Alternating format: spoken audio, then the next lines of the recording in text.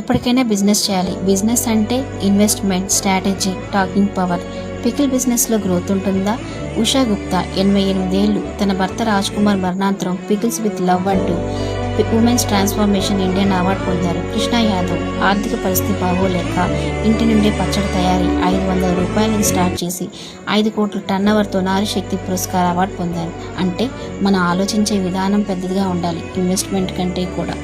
ఎక్కడో ఆగిపోయిన నేను జీవితంలో ధృవతారలాగా తన ఆయుధం శక్తి, సంపద, స్వేచ్ఛ అంటూ ప్రతి ఉదయం నిద్ర లేవగానే మార్నింగ్ రాగాతో నేనున్నానంటూ ధైర్యాన్ని నింపి ఒక ప్లాట్ఫామ్ని పరిచయం చేసి digital marketing, digital AI tools ఇవన్నీ నేర్పిస్తూ మార్కెట్లో మనం కూడా బిజినెస్ చేయాలనే ధైర్యాన్ని నింపిన అశ్లేష మేడం గారికి నా గ్రాటిట్యూడ్.